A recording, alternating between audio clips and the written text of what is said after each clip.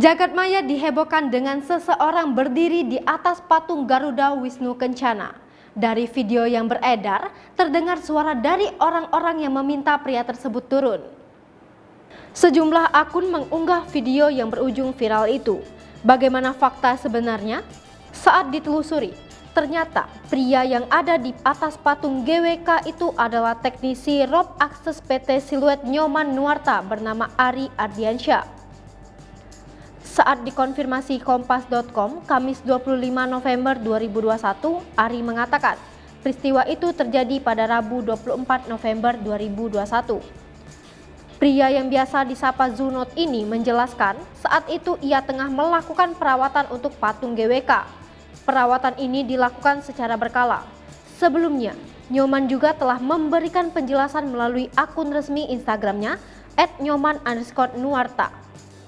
Ia memberikan klarifikasinya dengan mengunggah video yang viral di masyarakat dan telah ditonton lebih dari 67.000 kali.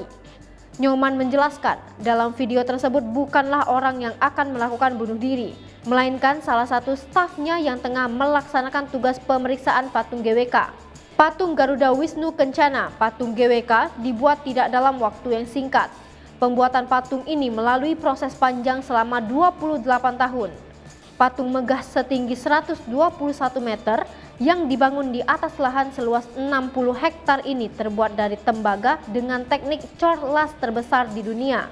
Diberitakan Kompas.com, 22 September 2018, patung GWK terdiri dari kurang lebih 754 modul dengan satu modulnya berukuran 4x3 meter dan beratnya sekitar 1 ton.